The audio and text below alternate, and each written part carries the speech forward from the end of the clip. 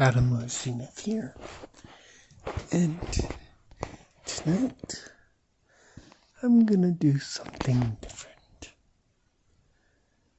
I'm going to tell you all a bedtime story. Yes, I know, it sounds childish, but don't you ever want that whimsy of a child to be told a story again like you were young and needed it to fall asleep? You can listen to my voice, listen to the story, fall asleep while listening to the story, or just enjoy the story. So, get comfortable in your beds, in your pajamas, or whatever you wear to bed. I'll give you a moment or two, then we will begin.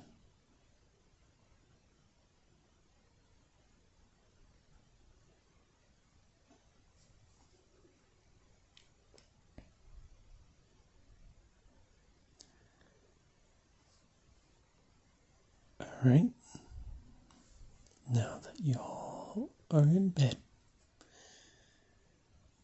let's begin.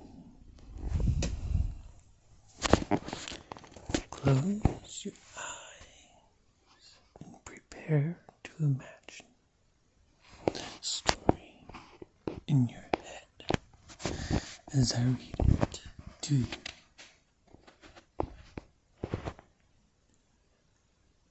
Long ago, before humans roamed the earth, there were ancient dragons, ancient creatures that ruled the world. And this is one of the stories of those creatures that roam the earth and still do, but in secret. This is the story of a king, a prince, a hatchling, with bad luck to good luck.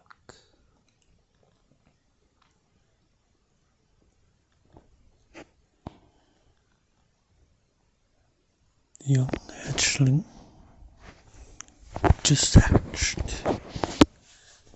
His parents, proud of him, cooed and celebrated the birth of their new child, a prince of the kingdom, the new king to be.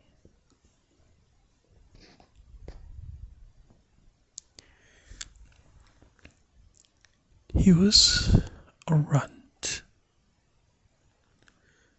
weak, with no color in his scales. His mother almost ate him in his first month alive. Dragons are ruthless that way, but his father stayed beside them and stopped anything bad from happening. Lucky for him, he was a prince, and princes can't die that easily without the king stepping in and stopping what would have been done to a normal runt. Consumed, then tried again with another leg.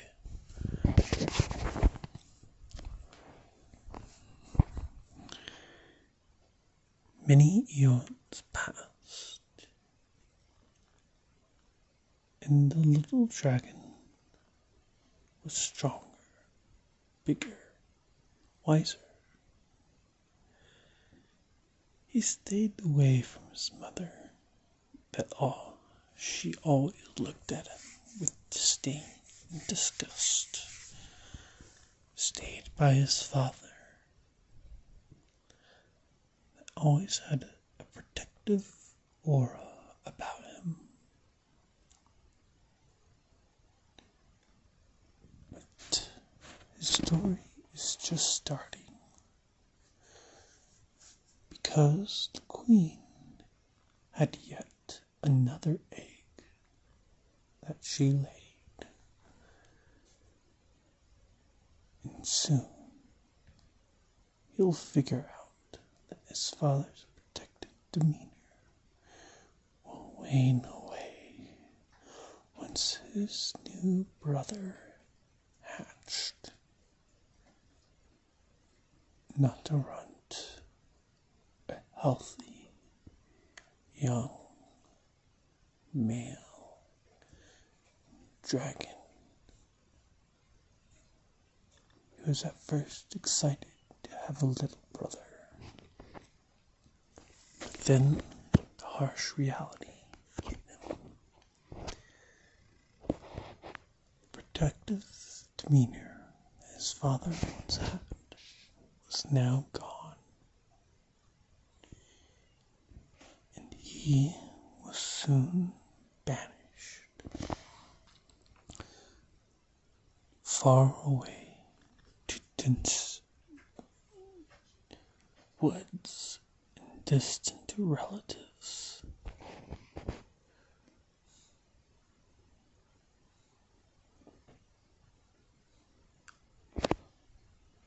In this far dense woods, he grew up, always hunting, always fighting to the right to live, because his distant relatives were less nice than his father, that always had the protective demeanor around him.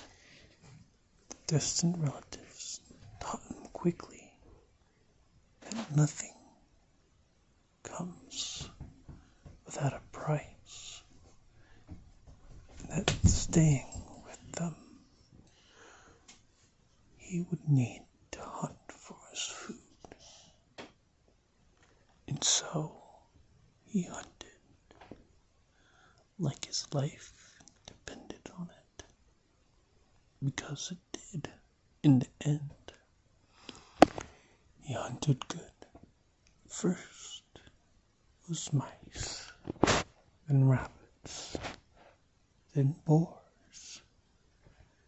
He was getting stronger, and pretty fast too.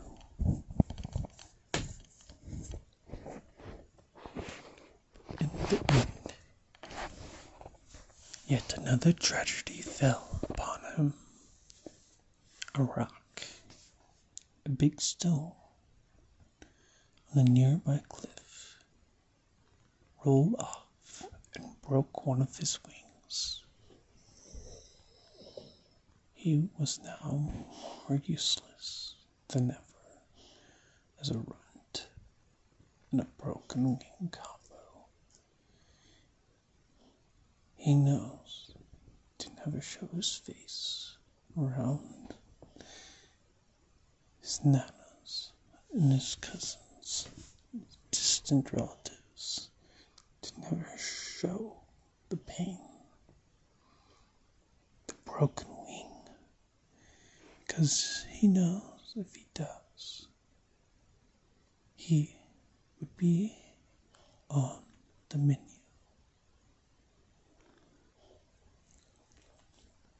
But lucky for him, the spirit of the mountain, an ancient being with ancient wisdom, sought pity upon this poor dragon and healed his wing, for which a price will be paid in the far future.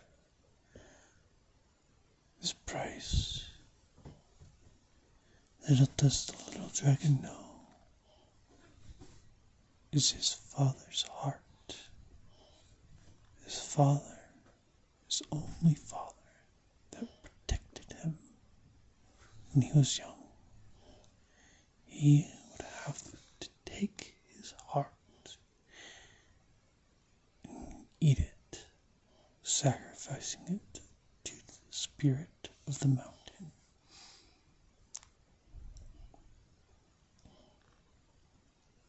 Many decades passed again, and now he has grown to an adult.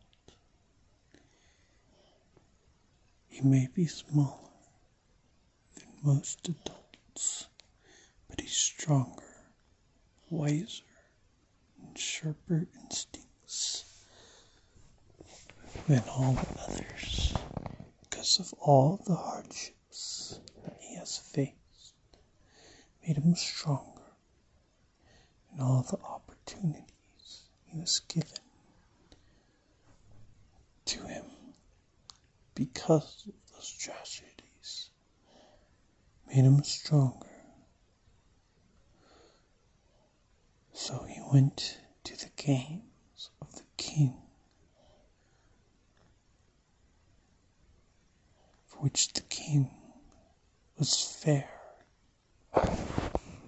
and righteous for the crown, that battles would be held, and the winner, regardless if they're royalty or not, will become the king. But princes of the Dragon King always had advantages, because they were taught how to fight. So usually a prince from the line, the bloodline of the now king, usually and always wins. But the reason why the king made it so is because he himself won a battle on the previous king. Because the previous king had that same motto, and this king was just but a farmer that grew strong enough to win the games and take the crown.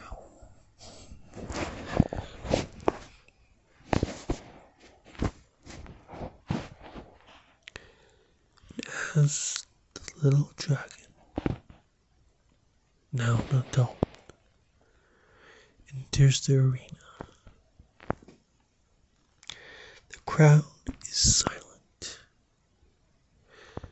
The jaws agape,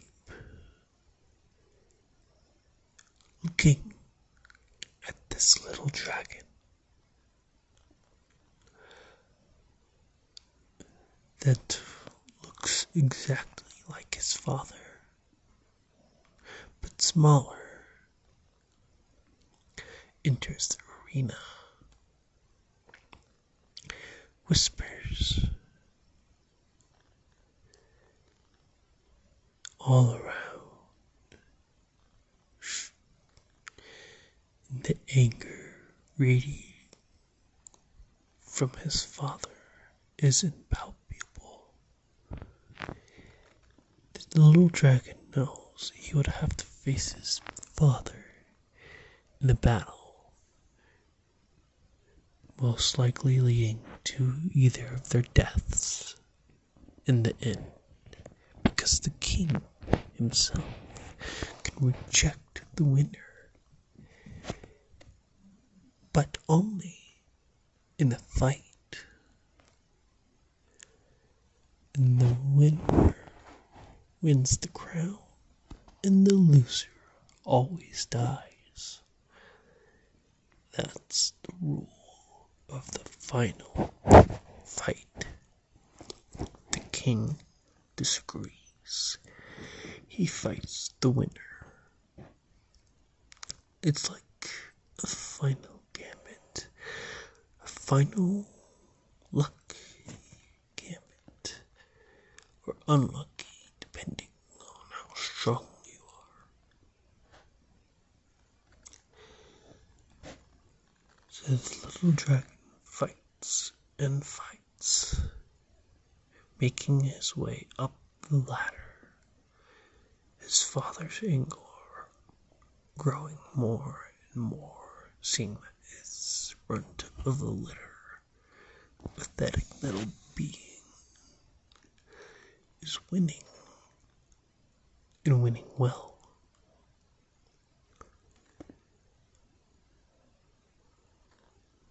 Then he faces his brother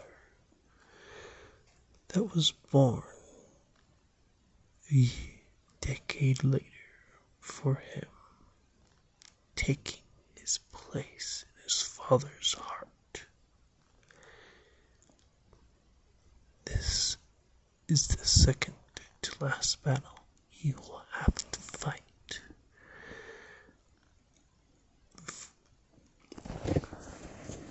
Before he can sit on the throne, because he knows his father rejected it, and he would have to kill his father.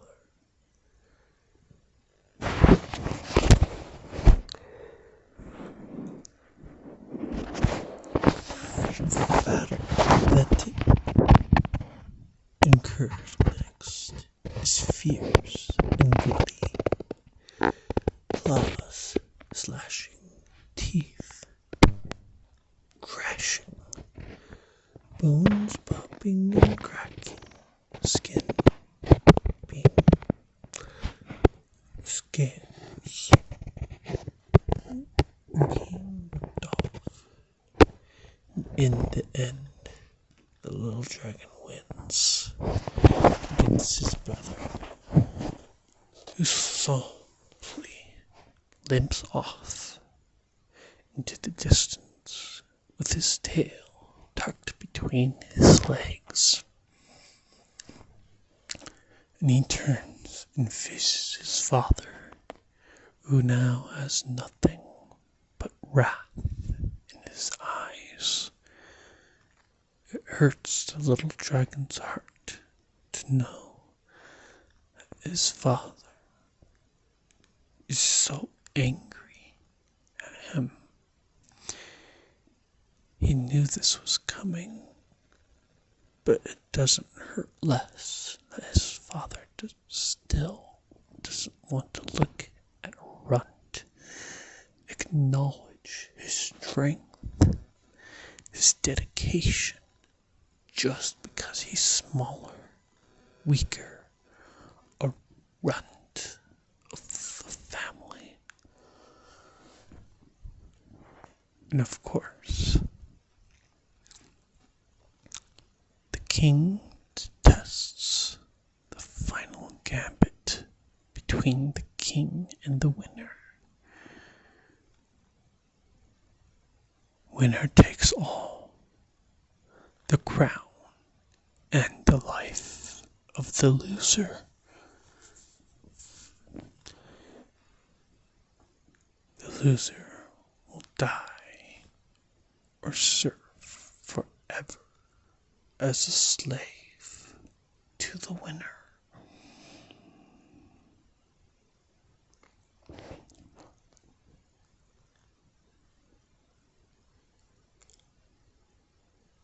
In this fight, the little dragon pulls out all the tricks, all the dirty tactics he could use to survive his father. Claws scraping at the ground, throwing dirt in his father's eye, using tail sweeps at the legs, at the knees, jabbing and biting the reverse scales, the only weakness on a dragon.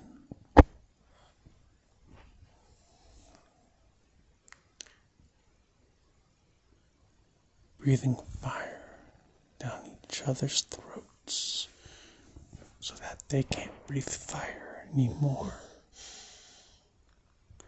They crash, bite, claw for what seems like hours until the king drops dead. The final attack done by the little dragon using a pierce attack on the king's heart. In the end, the little dragon consumes the heart, deeming it a sacrifice for the spirit of the mountain. He sits down on the throne. Finally, a king, the Runt King. And he rules for good millennia, for decades, for millions of years, before he dies of old age. All other opponents too scared to fight him in the arena. His brother never showed his face ever again. It is said that his brother took up farming, turned his form into a human, and was never seen again.